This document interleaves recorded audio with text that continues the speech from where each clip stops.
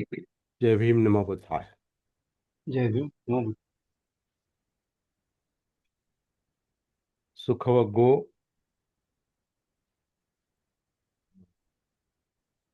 5वी गाथा आणि धम्मपदातली 201 नंबरची बुद्धाय। गाथा.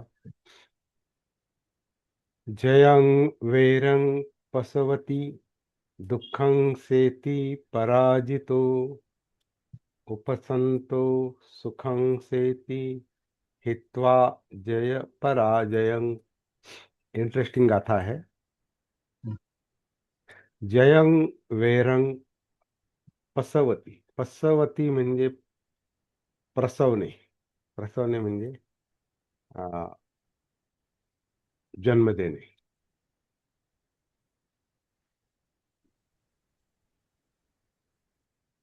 पसवती म्हणजे जन्म देणे. कशाला जन्म देतो?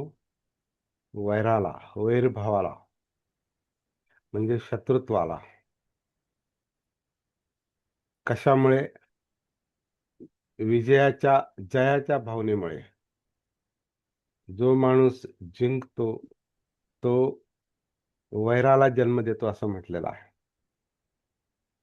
किंवा वैरभावाला जन्म देतो.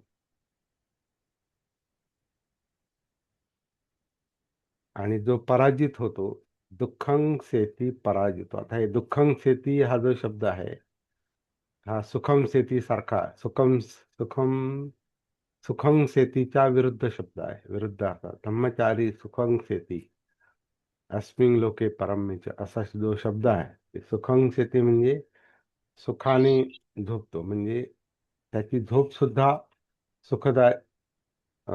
सुखदायक असते, किंवा झोपेत झोपेत म्हणजे शांत झोप येते. आपण सोप्या भाषेत सुखाने झोपतो म्हणजे शांत झोप येते.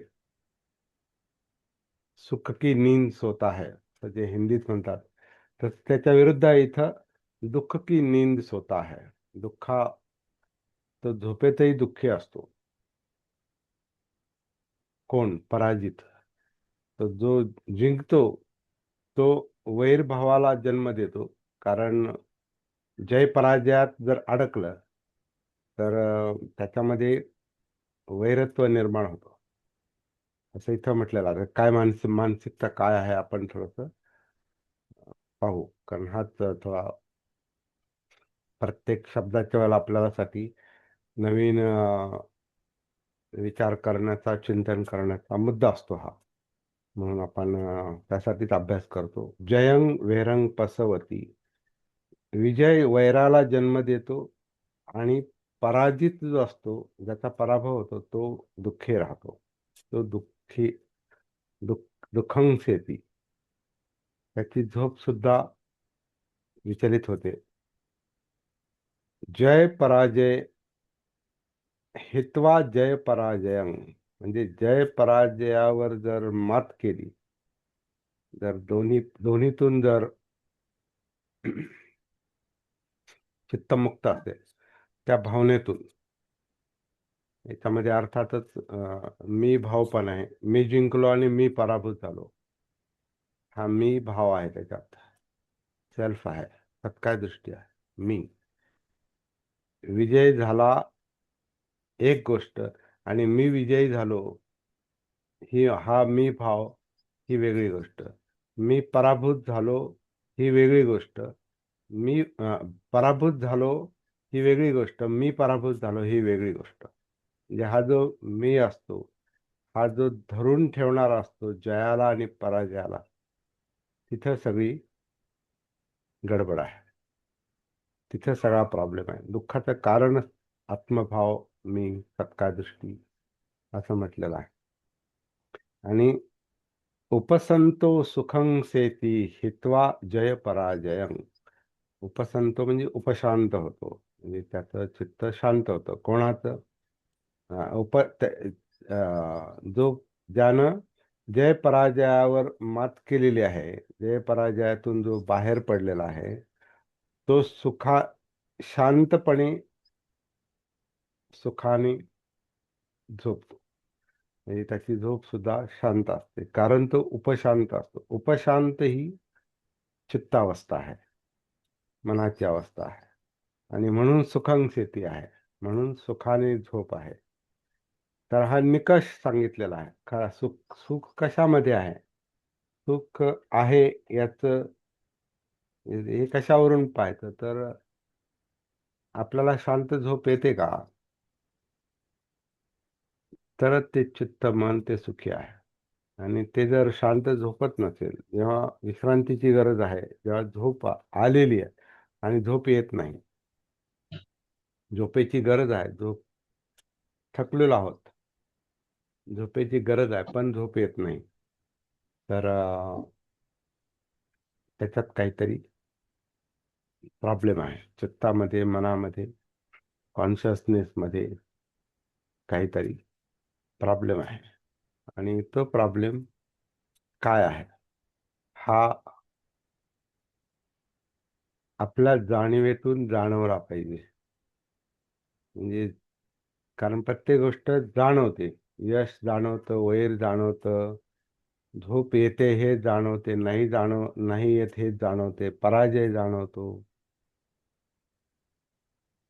जाणवतो. तर जाणीवा हा अभ्यासाचा विषय आहे. त्याला आपण पालीमध्ये वेदना म्हणतो. तर हे जे विचलन आहे हे जाणवलं पाहिजे. आणि जाणवण्याचं माध्यम किंवा साधन हे सती आहे.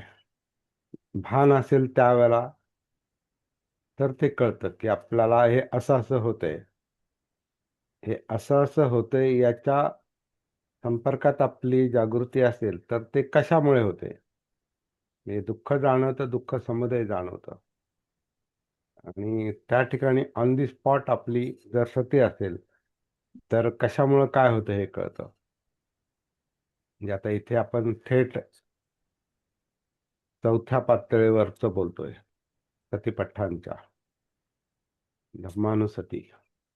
धम्मानुसती म्हणजे हे कशामुळे घडतं सगळं. धम्म म्हणजे कार्यकारण भाव, कशामुळं काय होतं. नाही तर आपण कधी आपल्याला जय मिळतो, कधी आपण अहंकारात जातो, कधी मीपणात जातो, कधी आपण मग स्पर्धेची भाषा बोलतो, अहंकारानं पछाडतो, त्याने विचलित पण होतो, झोपमोड पण होते. पराभूत झाल्यावर त्याच्या विरुद्ध पण तिथे झोपमोडच असते, तिथे जास्त झोपमोड होते. पराजित हा मी पराजित झालो, आता माझी प्रतिष्ठा गेली, आता लोक काय म्हणतील, आणि ती गोष्ट काय म्हणतात, आता जणू काय रेकॉर्ड झाली, लोकांमध्ये गेली, त्याची चर्चा होईल, मग माझं नाव खराब झालं, मी पराजित झालो, मी पराभूत झालो, दुःखंसेती.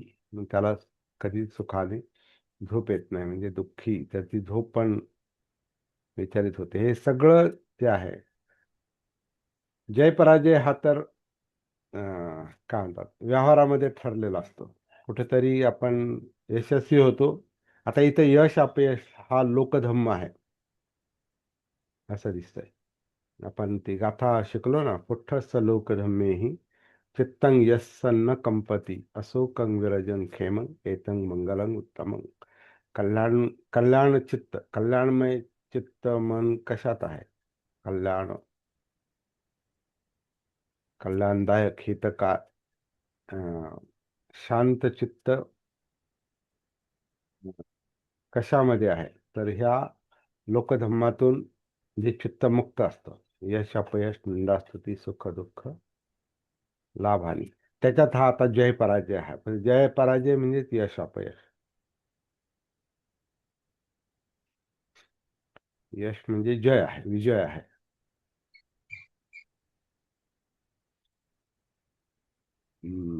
स्पर्धेची गोष्ट असेल तर यश अपयश थोडा थोडा फरक आहे यश अपयश आणि जय पराजयमध्ये.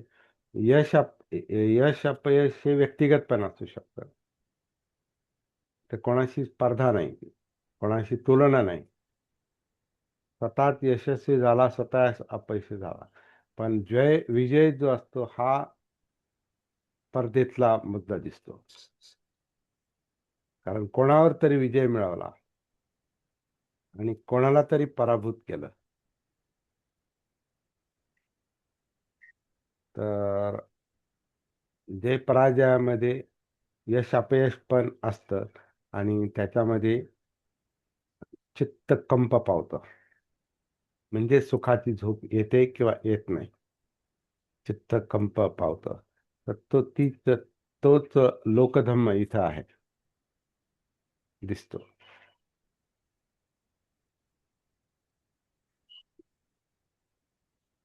जय पराजय याच्यामध्ये वेरंग पसवती असं म्हटलेलं आहे. वेरंग वैरभाव प्रसवतो. प्रसवतो म्हणजे त्याला जन्म देतो. याच्यामध्ये वैरामध्ये वैरभाव, जय पराजयातला वैरभाव म्हणजे मी जिंकलो आणि तो हरला. या हरवण्यासाठी जिंकण्यापेक्षा मी हरवलं त्याला, हा अहंकार मोठा असतो. तिथं तो वैरभाव जन्म घेतो असं दिसतंय. नुसतं जिंकणं नाही, नुसतं यशस्वी नाही, मी जिंकलो त्याला पराभूत केलं. किंवा तिकडच्या बाजूला तो म्हणतो मला त्यानं हरवलं, मला त्यानं पराभूत केलं. इकडं पण वैरभाव तयार होतो, तिकडं पण वैरभाव तयार होतो. वैर हे दोन व्यक्तींमधलं असते किंवा दोन गटांमधलं असते, दोन राष्ट्रातलं पण असू शकतं. म्हणजे दोन त्याला कमीत कमी दोन पाहिजेत. दोन लोक, दोन गट, ग्रुप.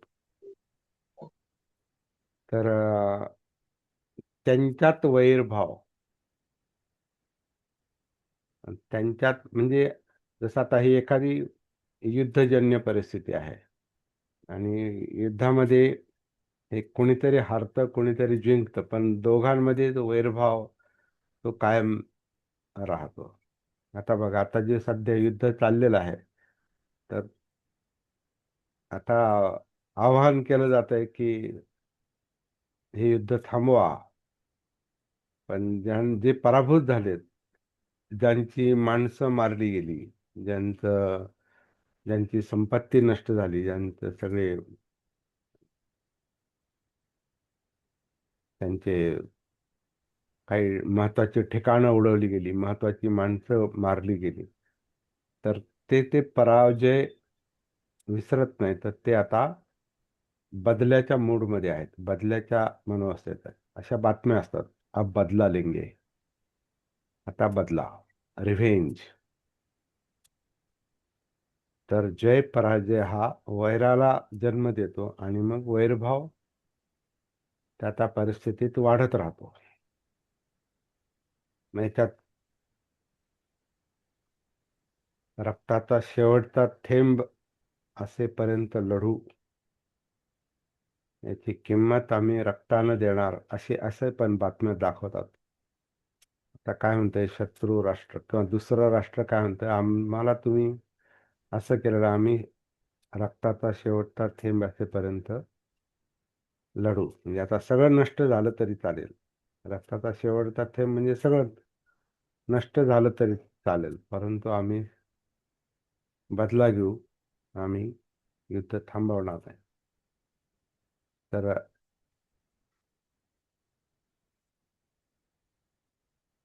भयंकरच असतं. हा जो वैरभाव असतो, हा हे कोणी कोणाला विसरत नाही. जो जेता आहे म्हणजे जो जिंकलाय तोही विसरत नाही आणि जो हरलाय तोही विसरत नाही. म्हणून वेरंग पसवती, कशाला जन्म मिळतो? वैरभावाला. पण वैरभावाला जन्म देणारा जय पराजय नाही, वैरभावाला जन्म देणारी मानसिकता आहे. त्या वैरभावाचं भान नाही. जर भान असेल, जर सती असेल, तर कळतं तर ह्याच्यातून आपण काय करतोय, याचा परिणाम काय होणार आणि किती दूरवर होणार.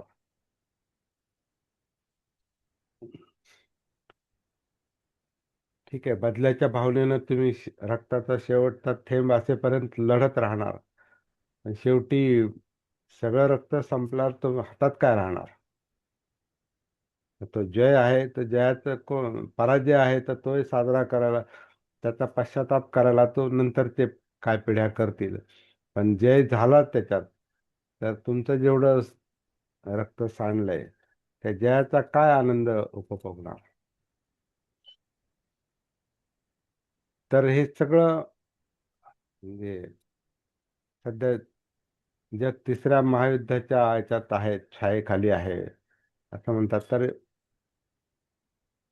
याच भावना तिथं काम करतात. जे लढतात त्यांच्यामध्ये पण, आणि जे लढत नाहीत किंवा त्याच्यात सहभागी नाही, ते सुद्धा चिंतेत आहेत की हे जे लोण आहे हे आमच्यापर्यंत येऊन पोहोचलं तर, हा भडका, युद्धाचा भडका आमच्यापर्यंत येऊन पोहोचला तर कधी कधी ते सक्ती पण होईल. युद्धात उतरण्याची सक्ती पण होऊ शकते. कारण कसं, आता हे जे बॉम्बफेक आहे, अणुबॉम्बफेक किंवा ज्या काही पद्धती वापरल्या जातात विनाशाच्या, तर तो विनाश आता फक्त शत्रूच्याच प्रांतावर तो बॉम्ब पडेल याची काही गॅरंटी नाही. तो एखाद्या मित्राच्या किंवा एखाद्या त्रयस्थ देशाच्या प्रांतात पण तो जाऊन पडला तर तिथं शत्रुत्वाची पेरणी होणार परत. आम्हाला हे केलं, आमच्या निष्कारण आमच्या प्रांतावर हल्ला झाला, तर तिथं ते परत प्रतिहल्ल्याची तयारी होऊ शकते. म्हणजे असा हा मुद्दा आहे. नाही सर, एक बोलू का सर? बोला, आवश्यक असेल तर बोला. हो बोलतो. तर या मुद्द्यावर बोलतो. जेव्हा अमेरिकेने जपानवरती अणुबॉम्ब टाकले. नाही, ते नका बोलू. तुम्हाला माहिती आहे का ते पूर्ण? हो, आपण नाही, नावं घेऊन नाही बोलणार. जेव्हा अणुबॉम्ब टाकले दोन, त्यानंतर त्यांनी काही दुश्मनी नाही केली, त्यांनी मैत्री तुम्ही केली तिथं त्यांच्यावर. होते का? नाही, वाचलंय मी. नाही, वाचू नका मग. वाचून सगळ्यांना माहिती आहे. आपण नावं घेत नाही कोणाची. आणि शिवाय ही गोष्ट, आपण रेकॉर्डिंग चालू आहे लक्षात घ्या. सावधगिरीनं सतीमध्येच काही गोष्टी बोलायच्या. आणि दुसरी गोष्ट, ही आपली पण मानसिकता आहे हे पण लक्षात घ्यायचं. आपण कोणाचे दोष काढण्यासाठी इथे चर्चा करत नाही. नाही नाही, दोष नाही सांगितलं मी. हा, इथं दोष कोणाचे दोष काढण्यासाठी नाही. आपल्यामध्ये आहे का असं? असेल तर आपली झोप उडणार आहे. आपल्यामध्ये जय पराजयाची भावना आहे का? युद्धाचा आत्ता तो एक काय म्हणतात, रनिंग घटना आहे, चालू घटना आहे, म्हणून आपण त्याचा उदाहरण म्हणून त्याचा उल्लेख करतो. तर शेवटी ही मानसिकता आहे. आपला अभ्यास हा दोष काढण्याचा नाही, आपला अभ्यास हा मानसिकतेचा आहे. म्हणून आपण नावं नाही घेतली मी कोणाची, घ्यायची नाही, काही गरज नाही, कारण हे सगळीकडेच चाललेलं आहे.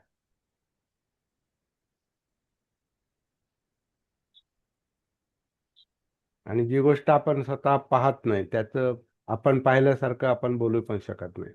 आपण उदाहरण म्हणून ते पाहतात. आणि कोणाच्या बाजूचे पण आपण नाही. आपण युद्धाच्या बाजूचेच नाही, त्यामुळं आपण या दोन्ही गोष्टींना, अं, दोन्ही पार्ट्यांना, दोन्ही बाजूंचं आपण समर्थन करत नाही. आपण शाक्यांच्या बाजूने नाही, आपण कोलियांच्या बाजूने नाही.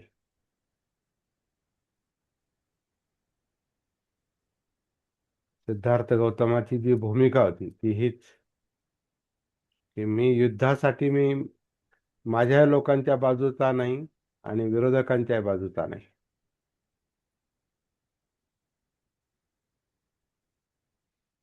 मला युद्धात मला सहभाग घ्यायचा नाही. बाबासाहेबांनी ही फार महत्वाची गोष्ट अधोरेखित केलेली आहे आणि ती व्यवहाराशी तिची सांगड बसते. मोघम गोष्ट नाही, व्यवहाराशी तिची सांगड बसते. आजही तेच आहे, 2500 वर्षापूर्वी तेच आहे, तेच होतं. युद्धाने प्रश्न सुटत नाहीत, कारण इथे हे वैरंग पसवती, वैर जन्म घेतो, वैरभाव जन्म घेतो. याच्यामध्ये जय पराजयाच्या भावनेमध्ये वैरभाव, भले तुम्ही जिंकाल तरी वैरभावाने तुम्ही तडफडाल, तुमची झोप उडणार. जरी तुम्ही हरले तरी तुम्ही वैरभावाने पछाडणार, तुमची झोप उडणार. दोघांमध्ये सुखम सेती नाही, दुःखं सेती आहे. हा, दुःखं सेती पराजितो. पराजिताची झोप उडते आणि जो जिंकतो त्याची झोप उडते.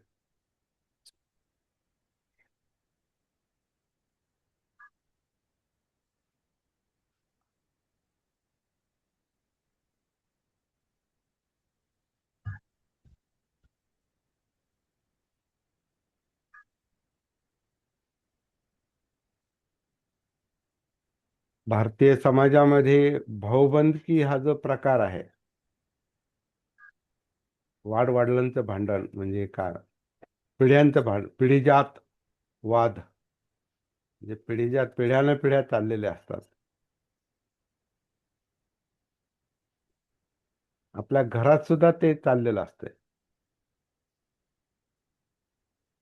हे मोठं लहान, म्हणजे सुनेचं राज्य का सासूचं राज्य,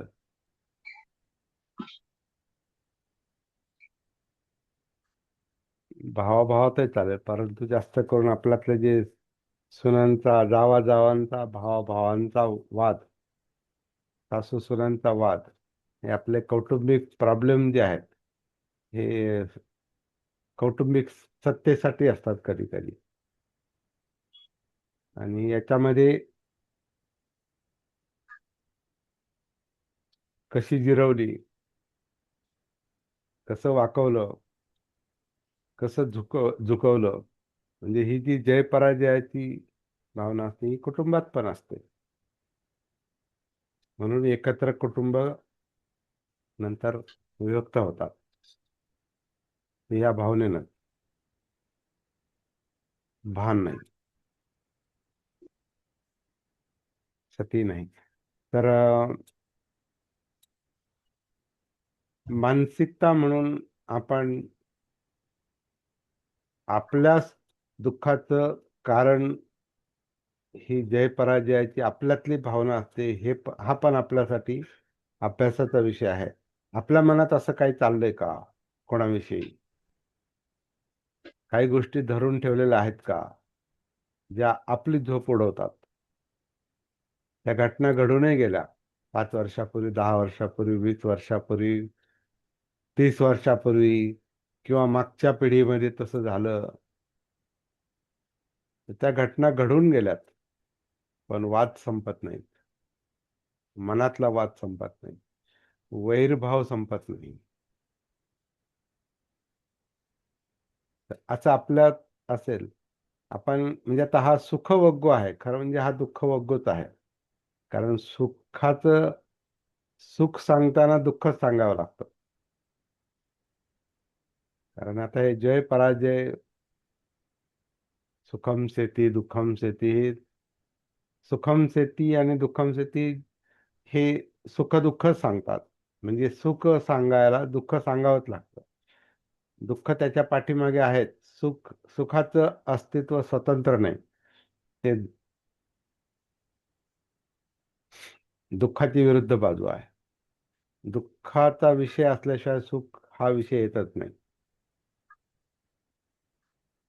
त्यामुळे दुःख हे सत्य आहे, जसं बुद्धांनी म्हटलेलं आहे.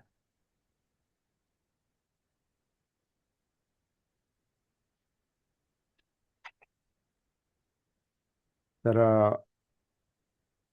मला वाटतं काही व्यावहारिक मुद्दे, आता एक मुद्दा कसबेंनी काढला होता, परंतु तो जास्त आपल्या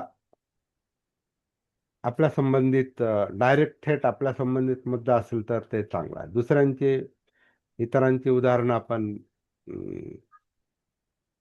जास्त नाही घेऊ शकत. आपलं काही असेल तर आपण पाहूया. आपलं असं काही चाललंय का? हाही आपला चिंतनाचा मुद्दा आहे. हा अशा प्रकारचा वैरभाव संपुष्टात यावा म्हणूनच बाबासाहेबांनी बुद्ध धम्म स्वीकारला.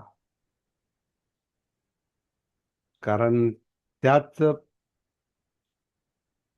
प्रांतात, त्याच युद्धभूमीत कायम आपली वसाहत असेल, राहत असू, तिथंच आपण असू, तर युद्ध ठरलेलं आहे. युद्ध ठरलेलं आहे, संघर्ष ठरलेला आहे, म्हणजे जय पराजय ठरलेला आहे. आणि तिथं ते वाद कधी संपणार नाही. आपल्याला बाहेर पडलं पाहिजे. हा सरळ विधायक हेतू बाबासाहेबांच्या मनात होता. आणि जसं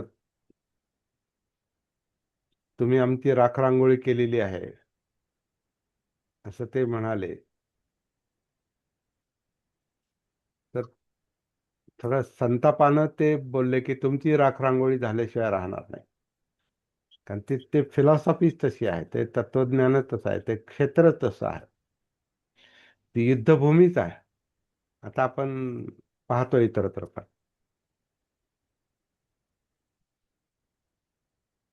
पॉलिटिक्स मध्ये पाहतो, पार्ट्यांमध्ये पाहतो, युद्धासारखंच चाललंय.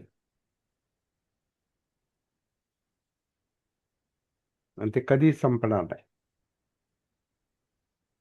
आणि ज्यांच्याकडे साधनं कमी असतात, जे दुर्बल असतात, साधनं कमी, संपत्ती कमी, साधनं कमी आणि त्याच्यात संघटित नाहीत, त्यामुळे हार ठरलेली आहे. मग हे असंच चक्र चालू ठेवण्यापेक्षा आपण पॉझिटिव्हली विधायक विचार करून जीवनाचा सदुपयोग करण्यासाठी आपल्याला त्या युद्धाचं समर्थन करण्यात आणि तिथंच थांबण्यात काय पॉइंट नसतो. सिद्धार्थ गौतमांनी तेच केलं. ते कपिल वस्तू सोडून दिली, ते राज्यपद ते सोडून दिलं, राज्य सोडून दिलं. राजपुत्र होते ते, आणि ते राजपुत्रपद पण जणू काही ते सोडून दिलं. जरी ते पुढे चालून राज्यपदही मिळालं असतं, परंतु ही किंमत मोजावी लागली असती. आणि ते ते कधी संपलं नसतं, त्यातलं वैर कधी संपलं नसतं. पाणी मिळेल, रोहिणी नदीचं पाणी युद्धानं कोणाला तरी मिळालं असतं, परंतु कोणाचा तरी बळी जाऊन. आणि हे दोन कोण होते? शाक्य आणि कोलिय. कोलिय आईकडचे लोक, शाक्य हे इकडचे लोक.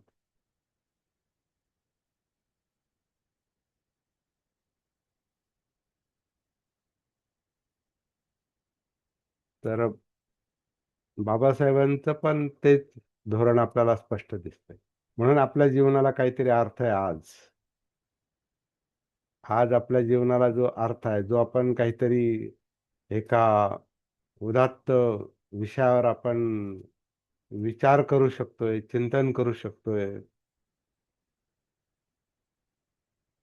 आणि काहीतरी चांगलं करण्याचा आपण प्रयत्न करू शकतो, त्याचं फाउंडेशन हे बाबासाहेबांनी टाकून दिलेलं आहे. हा पाया त्यांनी रचलेला आहे, आणि तो बुद्ध तत्वज्ञानावर रचलेला आहे. आणि राज्यघटनेचा पाया हाच आहे. स्वतः बाबासाहेब म्हटलेले आहेत, स्वातंत्र्य, समता, बंधुत्व, न्याय ही तत्व ही बुद्धाची तत्व आहेत. आणि स्वतःच्या बाबतीत ते म्हणतात हे माझ्या जीवनाचं तत्वज्ञान पण आहे.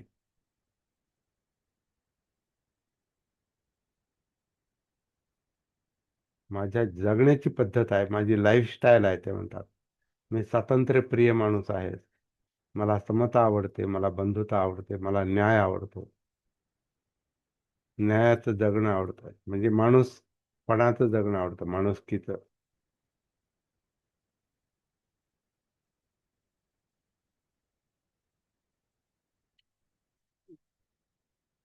असो, हा असा एक मोठा विषय त्यातून आपल्याला सापडतो.